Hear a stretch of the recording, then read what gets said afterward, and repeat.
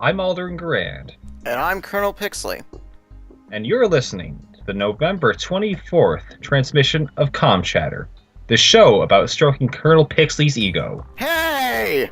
Today we go over several topics: Gold Horizon, Astro Armada, the new Mustang in development, and the 890 jump.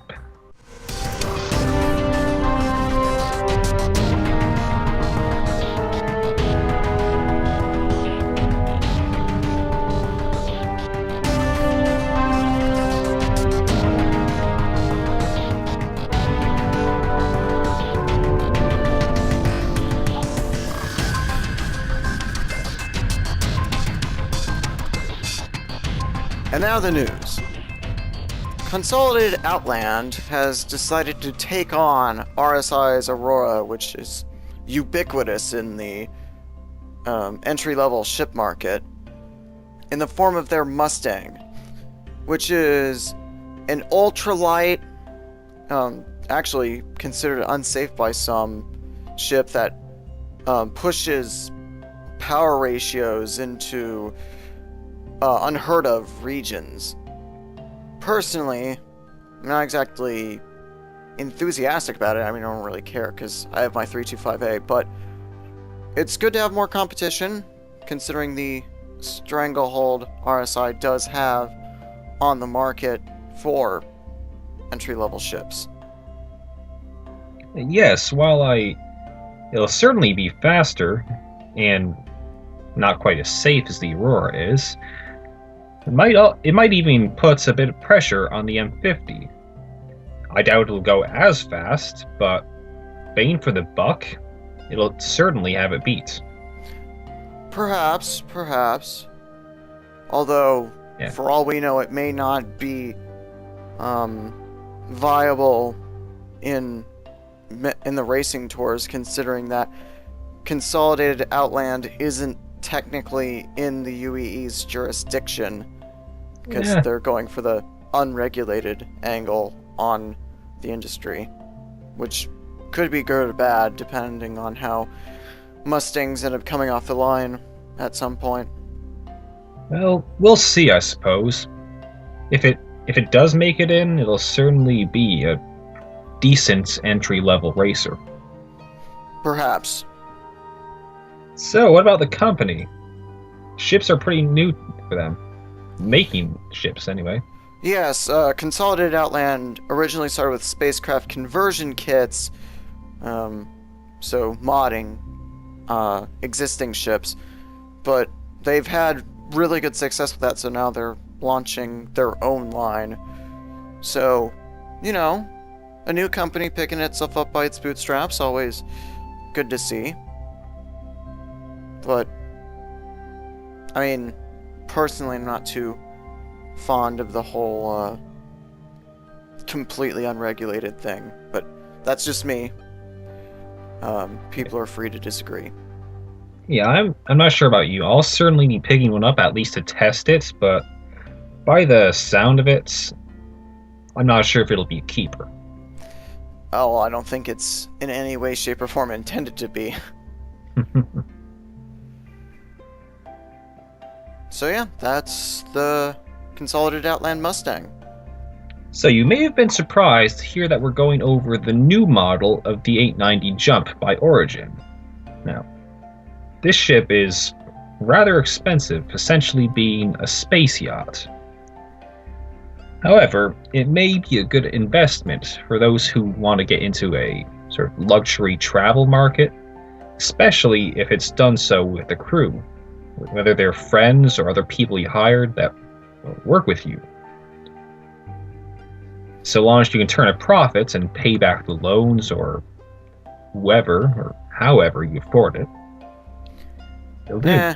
The way I see it, that's a big old bullseye. I mean, not for me, of course. For the pirates. You never know how it could be fit, though. We don't know a single thing about it other than it's going to be large, multiple decks, and more of a luxury ship. Who knows? The thing might be more heavily armed than we'd expect for something like that. Oh, no, I'm not saying that it won't be heavily armed. I I would assume. I mean, Origin makes good stuff. I would know. No, the thing is, the sort of people who would have an 890 jump are the sort of people who would be carrying perhaps expensive cargo or lots of money or other things that people would want to steal. But that's just my jaded perspective. Yeah. Yeah, for the most part. I'm sure there are others, but you're dead on with that. But until we know more about it, well, that's all we have. That is indeed all we have. We may do an update on it once we know more. Oh, well, we certainly will. I'll get to make fun of it more. So, moving on then to our discussion topics. We actually have 2 topics today as opposed to just one, as was originally the plan. So, I feel we should start with Astro Armada. This one's all yours. Oh, yes, I know it is. So, you may have seen the advertisement Astro Armada has been airing over the past few weeks about a couple of teenagers being in a dark room, eventually lit up, and they walk through a door, and then they're in the showroom of an Astro Armada dealership, and there are like ships everywhere, like cutlasses and hornets and other stuff, and one of the teens goes for a cutlass and the other goes for the hornet, and I take exception to this. What on earth would a teen be doing with a hornet?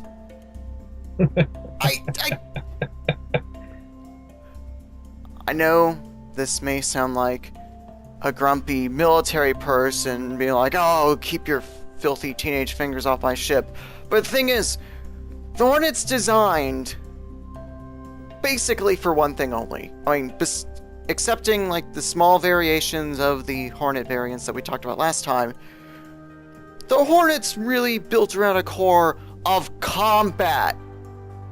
Why would you buy your teenage son or daughter or of gender that undefined gender, as the case may or may not be, why would you buy them a combat ship?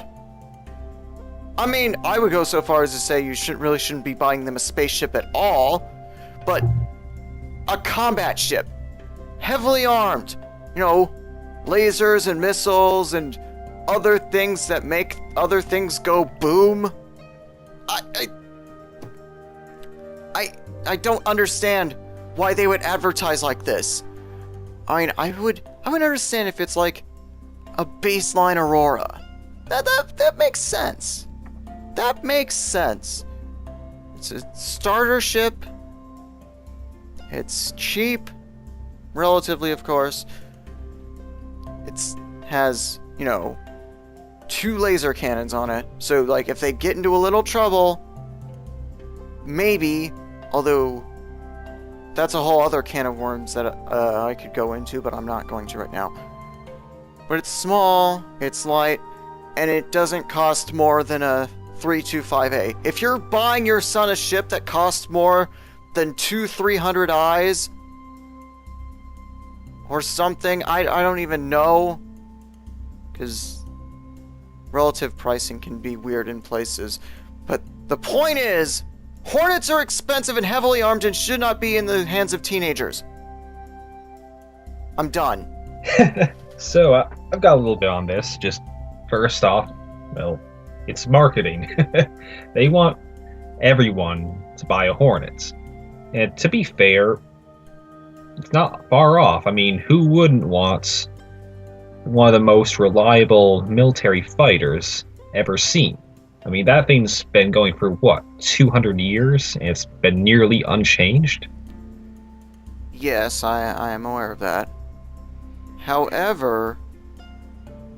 But, Oh, okay, fine, you go. I mean, yes, I'm with you on how the Hornet probably shouldn't be someone's first ship. I mean, it is primarily a combat ship. But, people do want the best, really. And the Hornets, That's been around so long. Now, if they go through the military and they get some training with it, or they just have enough experience in general, I wouldn't be opposed to it, but just it's the teenagers. Yeah, I mean, there are exceptions. There are people I would feel fine with having one. But in general, get them an Aurora or something. Please. I think we beat that to death. I do believe we did. Alright, moving on. The Gold Horizon Initiative. Now, I said, or implied, I don't remember which, in the last show, that we're not a political program. Politics isn't really our realm, that's more for other people and their upper echelon type stuff. We're about regular folks on this show. Well, regular folks in space, that is. Obviously, regular farmers wouldn't really be all that interested in the content of our show. But the point being, something has been discussed recently in Congress that has very much drawn my ire. The Gold Horizon Initiative. So, as some of you may not be aware, may or may not, I'm not sure, I'm not going to make guesses as to what people do and do not know. It's a big universe out there, after all. There used to be this company, the word is company. There used to be this company called Gold Horizon that built a bunch of space stations all over the place, some within UE space and some outside of UE space. And they tanked, and people have started settling those stations to live in. And they've become a bit of a problem lately because pirates have started basing their operations there. Now, let me to preface this with a reminder that I despise pirates and would happily take them out, but the proposal that has been proposed to Congress recently is that to deal with this problem, the UEE should destroy the stations at a distance without bothering to evacuate people. Now, the point for the without evacuation thing is that people are stubborn, and that's a tad understandable. However, they're just going to blow them up indiscriminately. And as a proponent of the common man, I find this wholly unacceptable, and in the cases of the stations that are outside of UE space, a gross violation of the limitations of UE jurisdiction. I don't see how anyone in their right mind could be actually supporting this idea. But there are people who are, and I think that's sick. That's politics, I suppose, but there certainly has to be a better way without putting all of the innocent lives at risk. Yeah, it's almost like there are people out there who make it their job to fight pirates on a daily basis or something. Yeah, too bad none of those exist. This might just be another show to kind of demonstrate. Oh, I didn't even think of that. Roughly the same time, too, so... Smugglers, pirates, Jean... Who knows what'll be next? Maybe the Banu. Yeah. Well, no one would risk attacking the Banu. Hell, the Vandal don't even go after the Banu. I think that's enough for now. We've dragged this out long. Yeah, we have. Alright, so we would like to thank everyone who's made this possible. Senator Van Ryn, all the Starship manufacturers out there, all the wingmen who keep flying, all that good stuff. Oh, Oh, go ahead.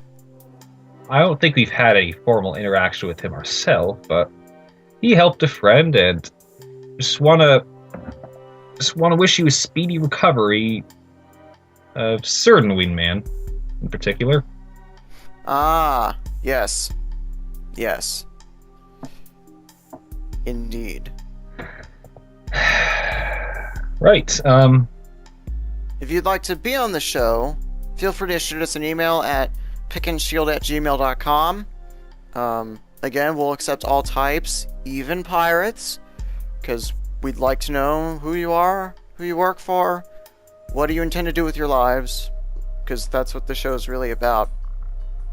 And please do contact us. We could use another person on the show. Otherwise, we're just going to ramble like we did this time. Yeah, I'm sure you're going to get sick of that pretty fast. Indeed. So, yeah. This is Colonel Pixley. And Alderin Gerand? Signing off.